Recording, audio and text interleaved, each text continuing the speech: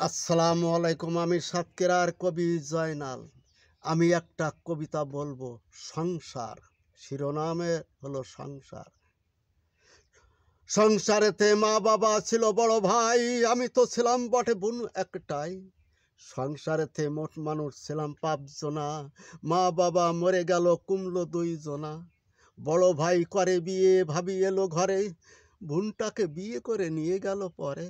আমি তখন দূর কলেজে পড়ালেখা করি, মাঝে মাঝে ভাই ভাবি চিঠিপত্র পড়ি। একদিন চিঠি পড়ে হই আনন্দিত, ভাবির এক হয় ছেলে, সে নাকি বাবারই মতো। দেখিতে ইচ্ছা বড় জাগে বারে বার, কি করে যাব বাড়ি, সামনে পরীক্ষায় আমার। পরীক্ষা হইল শেষ, টিকিট কেটে চড়িলাম গাড়ি।